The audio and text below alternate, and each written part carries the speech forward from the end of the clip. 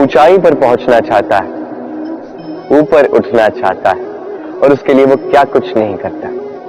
योजनाएं बनाता है, षड्यंत्र करता है, याचना करता है, किसी से सहायता लेता है, पर इतना सब कुछ करने के पश्चात भी कई बार मनुष्य ऊंचाई पर पहुंच नहीं पाता। यदि पहुंच भी जाए तो कभी कभी शीघ्र ही नीचे उतर जाता है। कारण क्या है? एक उदाहरण से समझाता हूं। ये है मोर पंख और ये है एक पत्थर, और यदि इस पंख को मैं हवा में उछालता तो ये उड़ता है, यही पाषाण तुरंत ही नीचे आ जाता है। कारण क्या है? भार। ये पाषाण भारी है और यही तो सीख हमें प्राप्त करनी है। इसी प्रकार यदि हमारा मन द्वेष और अहंकार के भार से भरा होगा तो ये कभी ऊंचा उठ नहीं पाएगा। उठ भी जाए तो शीघ्र नीचे आ जाएगा। तो इस मन के भार को हल्का कर दीजिए, अहंकार को, इस द्वेष को त्याग दीजिए, फिर उड़ान भर के तो देखिए किन ऊंचाइयों। कहते हैं जो मन से निकलता है वो कभी अशुभ नहीं होता। अशुभ होता है तो वो भाव, वो इच्छा जो मन से तो निकलती है किंतु विवेक की कसौटी पर परखी नहीं जाती। ऐसा ही एक भाव होता है क्रोध। ये क्रोध आपके विवेक को ही हर लेता है, आपकी करुणा को हर लेता है। आप सोचने समझने के पात्र ही नहीं रह जाते। अब यदि आपको इस संसार पर नियंत्रण करना है, भविष्य पर नियंत्रण रखना है, वर्तमान पर नियंत्रण रखना है, तो पहले क्रोध पर नियंत्रण रखना सीखना ही होगा। क्योंकि ये क्रोध आपका मित्र नहीं है, ये आपका बल नहीं, आपकी दुर्बलता है, और ये शत्रु की शक्ति को बढ़ाता है। अंत में हानि आप ही को पहुंचती है। तो इस क्रोध को नियंत्रण में रखिए। दुष्टों के मंतव्य अपने आप असफल होते जाए। समय क्या है? ये समय एक सीधी रेखा तो कदापि नहीं। समय एक चक्र है, जहां से आदि है वही अंत है, और जहां अंत है वहीं से एक नया आरंभ भी। इस समय एक अत्यंत विचित्र सोच है, विचित्र भावना है, एक विचित्र वस्तु है जो किसी के समझ नहीं आती। इस समय की लीला, इसका कोई प्रमाण नहीं, कोई ज्ञान नहीं, कोई माप नहीं। बस इतना हम जान सकते हैं कि जहां अंत होगा वहां से एक नया आरंभ भी होगा। जो आज आपके पास है वो कल किसी और के पास जाएगा, तत्पश्चात उसके यहां से भी किसी और के पास जाएगा, तत्पश्चात उससे भी छीन लिया जाएगा। बस यही नियति, एक से दूसरे तक का आदान प्रदान का ये समय आपका समय। तो इस समय का उपयोग कीजिए, इस समय को जी लीजिए। आपको केवल इतना सुनिश्चित करना है कि आप कौन से पक्ष में हैं। और सत्य कहूं तो आपके जीवन का परिणाम इसी पर निर्भर करता है कि आपका ये चयन क्या है, आप कौन सा पक्ष चुनते हैं। तो स्मरण रखिए, जीवन में वही पक्ष चुनिए जिसे चुनने के पश्चात आपको सुख की अनुभूति होती है, आपको संतोष मिलता है, प्रसन्नता मिलती है। और मैं ये सुनिश्चित करूंगा कि यही पक्ष शांति का पक्ष हो, यही पक्ष प्रेम का पक्ष होगा। कर्म और फल देखा जाए तो ये समस्त ब्रह्मांड इन्हीं दोनों के मध्य में स्थित है। मनुष्य कर्म करता है अच्छा फल पाने के लिए, और अच्छा फल पाने की चाह में कई बार वो ये भूल ही जाता है कि ये कर्म वो कर क्या रहा है। मैंने कहा था कर्म करो, फल की चिंता नहीं, किंतु ये कर्म क्या कर रहे हो इसके विषय में सोचना भी आवश्यक है।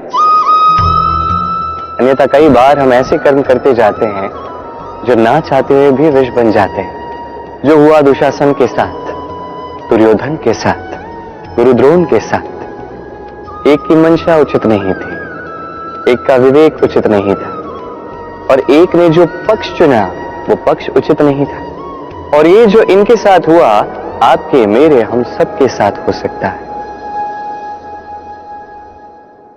मैंने कहा था कर्म कीजिए, फल की चिंता मत कीजिए, किंतु इस कर्म के विषय में विचरण करना भी उतना ही आवश्यक है। देखिए, कर्म करने की उचित प्रक्रिया यही है कि फल की चिंता ना करो, किंतु यदि आपका कर्म शुभ हो तो इसका फल भी नहीं होती, आपको ही तो देगी। सदैव कर्म करते समय ये सोचिए कि आपका ये कर्म इस संसार को, इस समाज को, आपके परिवार को, आपके आसपास के लोगों को किस दिशा में ले जाएगा। यदि ये सबके लिए हितकारी तो कर्म करते जाए, और हाँ, निश्चित रूप से फल की चिंता नहीं करनी है।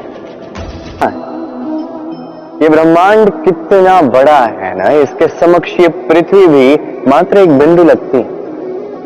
अब इसी पृथ्वी पर हम कौन है, हमारा आकार क्या है, हमारा अस्तित्व ही क्या है। जब हम ऐसे सोचते हैं तो लगता है कि हम कुछ है ही नहीं। अब जब हम कुछ है ही नहीं तो हमें चिंता किस बात की है, भय किस बात का है, किससे भयभीत होते हैं।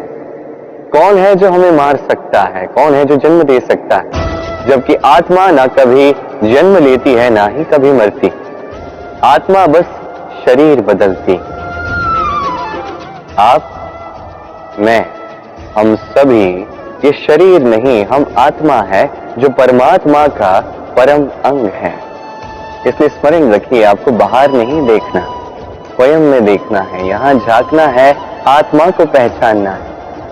क्लेश, भय, चिंता, इससे स्वयं को दूर कीजिए, आप पहचान जाएंगे परमात्मा कौन।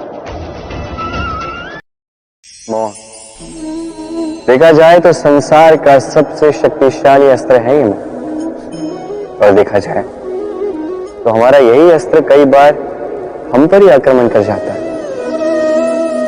कैसे? कई बार हम अपनों को देखकर, उनके अनुचित कर्मों को देखकर, उनके अनुचित बातों को देखकर मौन साध लेते हैं। सोचते हैं कि किसी भी प्रकार से हमें उन्हें आहत नहीं करना, दुखी नहीं करना, क्रुद्ध नहीं करना। सोचते हैं समस्या टल जाए, किंतु यही तो आरंभ होता है सबसे बड़ी समस्या का। हम कुछ नहीं बोलते ये सोच के कि ये हमारे अपने, और वो व्यक्ति सोचता है कि कुछ नहीं बोलते हैं इसलिए अपने। यदि आप सत्य में किसी को अपना मानते ही हैं तो उसे रोकना सीखें, उसके अनुचित कर्मों पर, उसके अनुचित बातों पर उसे टोकना सीखें। उसी समय उसे समझाइए वो क्या भूल कर रहा है, और उसे समझाइए उचित मार्ग क्या है, उस मार्ग पर उसे ले जाइए। ये होता है अपनापन। और ये करने के लिए मौन नहीं, हुंकार लगानी पड़ेगी। कि कई बार अनुचित कर्मों के इस मार्ग पर कुछ लोग इतनी गहन निद्रा में सो जाते हैं कि उन्हें जगाने के लिए मधुर संगीत नहीं, रौद्र हुंकार की आवश्यकता होती है।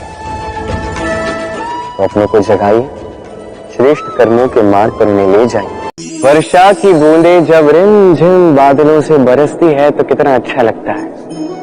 न केवल इस वातावरण को सुनहरा बना देती है, इस माटी में समाकर एक अत्यंत सुंदर सुगंध उत्पन्न करती है। इन पौधों को, इन वृक्षों को जीवन दान देती है, उनका पोषण करती है, और साथ ही अनेक जीवों का उद्धार करती है।